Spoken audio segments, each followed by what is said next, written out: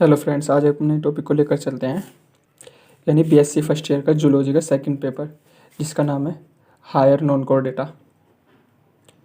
Higher non chordata उसके बारे में पढ़ते हैं हम। जो इसमें पहला जो तुम्हारी यूनिट है, फर्स्ट यूनिट, तो उसमें पहला है तुम्हारा नेरिस। तो नेरिस का फाइलम होता है एनेलिडा। एनेलिडा के हम कुछ जनरल करैक्टर पढ़ेंगे, जो यानी एनेलिडा में कौन कौन से और कहाँ कहाँ रहते हैं, कौन कौन से एनिमल आते हैं। तो एनिलिडा में पाए जाने वाले एनिमल कैसे होते हैं? एक्वेटिक होते हैं, मैराइन वाटर में पाए जाते हैं, फ्यू टेरिस्ट्रियल में रहते हैं ये, कुछ सिम्बायोटिक या पैरासाइट टाइप के भी होते हैं। सिम्बायोटिक कैसे एनिलिडा कैसे होते हैं? सिम्बायोटिक और पैरासाइट टाइप के होते हैं। इनकी बॉडी जो होती है स्मूथ होती है, ट्राई लेयर्ड, बाइलेटरल सिमेट्रिक और सेगमेंटेड होती है। बॉडी वॉल बाहर की ओर क्यूटिकल की बीच में एपिडर्मिस तथा इनर मसल्स की बनी होती है। जो एनिलिडा की बॉडी होती है वो स्मूथ और ट्रायंगुलर ट्राइलेयर्ड यानी 3 लेयर की बनी होती है, बाइलेटरल सिमेट्रिक होती है। यानी बाइलेटरल का मतलब अगर हम किसी भी एक चीज़ को लॉन्गिट्यूडनल ऐसे काटे तो उसकी दोनों तरफ एक सी इमेज बने, तो उसे कहते हैं बाइलेटरल सिमेट्री। सेगमेंट पाए जाते हैं। बॉडी वॉल क्यूटिकल होती है, एपिडर्मिस तथा इनर मसल्स की बनी होती है। इसमें डाइजेस्टिव यानी डाइजेशन जो होता है एक्स्ट्रा सेलुलर होता है। एलिमेंट्री कैनाल इसकी इरेक्ट यानी सीधी होती है तथा बीच बीच में होती है। लोकोमोशन कैसे होता है इसका? जो हमारे एनालिड्स होते हैं उनका लोकोमोशन बॉडी में काइटिन की बने एक सिटी और पैरापोडिया होते हैं, जिनसे ये जो एनालिड्स हैं लोकोमोशन करते हैं। इसमें क्या होता है? एक्सक्रीशन और ओस्मो रेगुलेशन का कार्य कौन करता है? नेफ्रीडिया करता है। ओस्मो रेगुलेशन और एक्सक्रीशन का कार्य नेफ्रीडिया करता है। वेल डेवलप्ड सर्कुलेटरी सिस्टम होता है। इसमें रेड कलर के ब्लड सेल्स पाई जाती हैं, रेड कलर की पाई जाती हैं, और प्रेजेंट होता है हीमोग्लोब्यूलिन। आपको पता है ह्यूमन में भी रेड कलर की ब्लड सेल्स पाई जाती हैं, आरबीसी, तो उसमें भी हीमोग्लोबिन होता है। इनका नर्वस सिस्टम कैसा होता है? नर्व रिंग और नर्व कोड से बना होता है इनका नर्वस सिस्टम। ये यूनिसेक्सुअल और बाइसेक्सुअल टाइप के होते हैं। रीजनरेशन की क्षमता पाई जाती है इनमें। जो हमारे एनलीड्स होते हैं उनमें रीजनरेशन की क्षमता पाई जाती है। तो इसमें सबसे पहला है एनिमल जिसका नाम है नेरिस, ये निमेंथीज भी कहते हैं जिसको। ये सैंडवॉर्म और क्लैम्पवॉर्म कहलाते हैं। ये सबसे ज़्यादा कहाँ पाए जाते हैं? पाउंड वगैरह में पाए जाते हैं। इसका कुछ एक छोटा सा क्लासिफिकेशन है, यानी फाइलम एनेलिडा, क्लास इसकी पोलिकिटा, फैमिली नेरिडी और जीनस नेरिस, और इसकी कुछ स्पीसीज भी पाई जाती हैं। तो ये सबसे पहले ये रहते कहाँ हैं? ये पाउंड में रहते हैं, फ्रेश वाटर में बताया था मैंने एक्वेटिक होते हैं, और ये जो मिट्टी में रहते हैं ना, सैंड में, तो ये यू शेप का आकार बना के रहते हैं सैंड में। यानी उसमें एक गड्ढा बना लेते हैं जिसमें यू आकार की शेप बना लेते हैं। मिट्टी में यू आकार की शेप में रहते हैं ये जो हमारे नेरिस होते हैं। नेरिस में एक जैसे कैचुआ वगैरह आता है, तो ये नेरिस का डायग्राम है। तो इसमें मैंने क्या बताया था कि इसकी जो बॉडी होती है सेगमेंट की बनी होती है। ये रहते कहाँ है? हैबिटेट तो मैंने यहाँ पे बता दिया था आपको कि हैबिटेट क्या है इसकी हैबिटेट है, कहाँ रहते हैं ये हमारे मैराइन वाटर में पाए जाते हैं।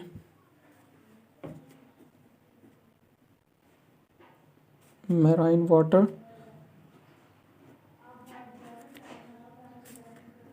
पाउंड एक्सेट्रा में ये हमारे मिलते हैं। और रेतीली भूमि जगह में लगभग, रेतीली जगह में भी पाए जाते हैं। रेतीली भूमि में भी पाए जाते हैं। लगभग इनकी जो लगभग ये 60 सेंटीमीटर गहरी, ये जो 60 सेंटीमीटर है गहरी यू शेप के आकार में यू शेप बनाकर रहते हैं। यू शेप्ड का गड्ढा बनाकर रहते हैं, एक सुरंग जिसे हम सुरंग बोलते हैं, यू शेप में ये पाए जाते हैं। इसकी एक्सटर्नल मॉर्फोलॉजी थोड़ी सी पढ़ लेते हैं हम। जैसे भी ये नेरिस है, इसमें मैंने बोला था कि इसमें ये सिगमेंटेड होते हैं, बायलैटरल होते हैं, इसमें पैरापोडिया पाए जाते हैं, सिटी पाए जाते हैं। इसकी बॉडी जो है, इसका साइज क्या होता है, इसका नेरिस का साइज होता है 40 सेंटीमीटर लॉन्ग, 40 सेंटीमीटर लॉन्ग होते हैं। बायलैटरल सिमेट्री होती है इनकी। बायलैटरल मैंने पहले भी बताया था आपको, इस एनीलिडा के उसमें कैरेक्टरिस्टिक में बायलैटरल सिमेट्री। सिगमेंटेड होते हैं,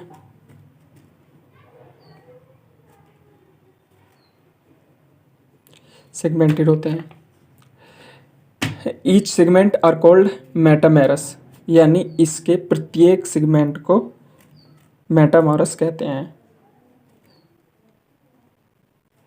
each segment are called metameres. Each segment,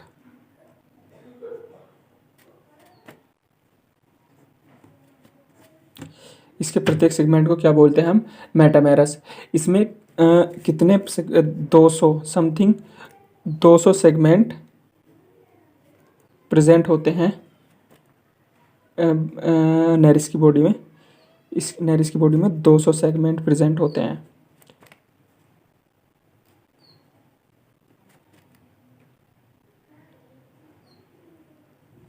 body में 200 सेगमेंट पाए जाते हैं।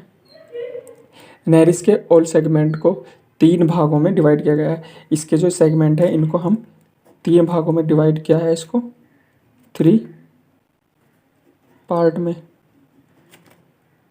3 पार्ट में डिवाइड किया है इसको।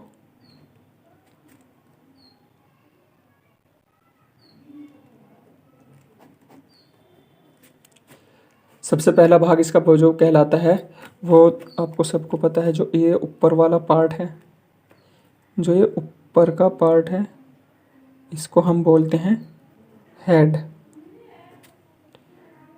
First part head, second part trunk and third part इसका जो कहलाता है वो है पाइजीडियम।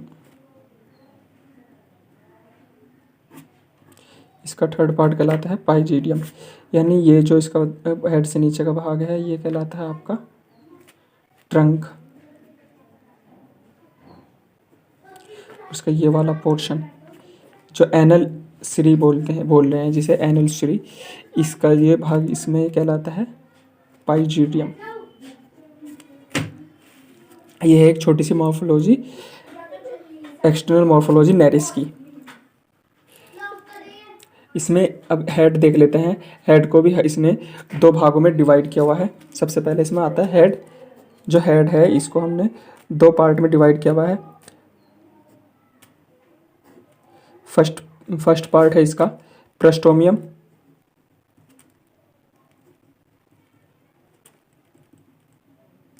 और सेकंड पार्ट है इसका पेरिस्टोमियम।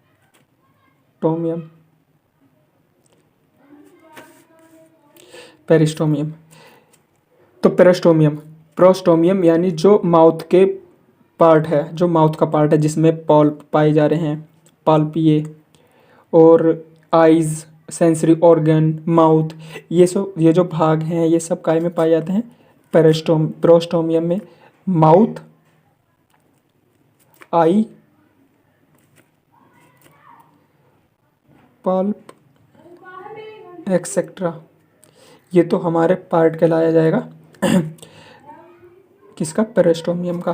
और जो पेरिस्टोमियम पार्ट है, ये जो माउथ से नीचे का जो एक हिस्सा है जिसको, यानी first segment of body, first segment of body यानी माउथ से, इसके पेरिस्टोमियम से नीचे का पार्ट, फर्स्ट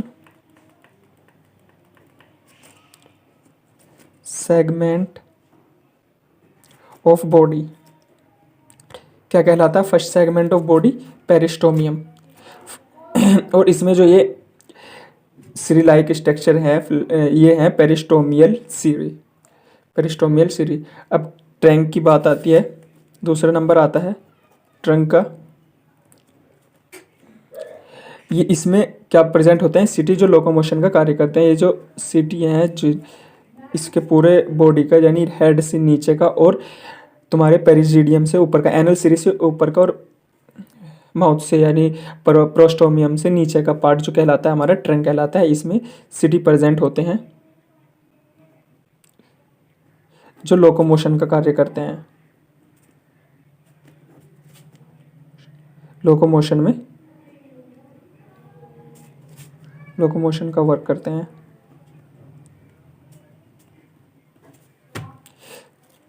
ये था हमारा ट्रंक पार्ट। इसके बाद आता है हमारा एनल सीढ़ी या पाइजीडियम। सबसे लास्ट का भाग जो होता है इसका पाइजीडियम कहलाता है, जिससे ये अपने जो इसका वेस्ट मटेरियल होता है जिससे बाहर निकलता है, उस पार्ट को हम एनल सीढ़ी या पाइजीडियम बोलते हैं, ट्रंक के नीचे का भाग। और इसमें जो बाहर की तरफ, ट्रंक के बाहर की तरफ जो स्ट्रक्चर होती है, पैरापोडिया बोल रहे हैं जिसे हम, जो हमारे लोकोमोशन का कार्य करती है, उसकी 2 नंबर में स्ट्रक्चर भी आ जाती है जिसको हम पैरापोडिया बोलते हैं। ये स्ट्रक्चर 2 नंबर में आती है पेपर में। तो ये बाहर की तरफ ट्रंक में जो बाहर की तरफ सिली लगे हैं उसमें ये पाई जाती है। इसे लेबल करके दिखाना होता है। 2 नंबर में जो नेरिस का पैरापोडिया है जो ट्रंक के बाहर की तरफ पाया जाता है, तो इसमें 2 नंबर में ये लेबल पूछ लिया जाता है कि नेरिस के पैरापोडियम के स्ट्रक्चर बनाइए। स्ट्रक्चर ऑफ पैरापोडियम इसमें क्या है, जो इसमें एक एसिकुलम मसल्स होती हैं, जिसमें एसिकुलम मसल्स के ऊपर के भाग को हम नोटोपोडियम और नीचे के भाग को हम पैरापोडियम कहते हैं। और इसमें सबसे पहले जो एसिकुलम की जो लेयर है, इसमें जो बाहर एसिकुलम सबसे स्टार्ट की जो पार्ट होता है उसे कहते हैं हम एसिकुलम मसल्स, और पीछे के भाग को जो एक फ्लेजिलर यानी सीटी टाइप स्ट्रक्चर है इसको हम नोटोकीट और न्यूरोकीट और नोटोकीट कहते हैं। इसमें एक वेंट्रल सीरी होता है और एक सुपीरियर सीरी। न्यूरोपोडियम और नोटोपोडियम जो हमारे पार्ट होते हैं, तो इनका काम क्या होता है, ये नेरिस के बाहर की तरफ होते हैं, सेगमेंट के जो बाहर की तरफ का पार्ट है उसमें ये लोकोमोशन में सहायता करते हैं। तो एक छोटा सा ओवरव्यू था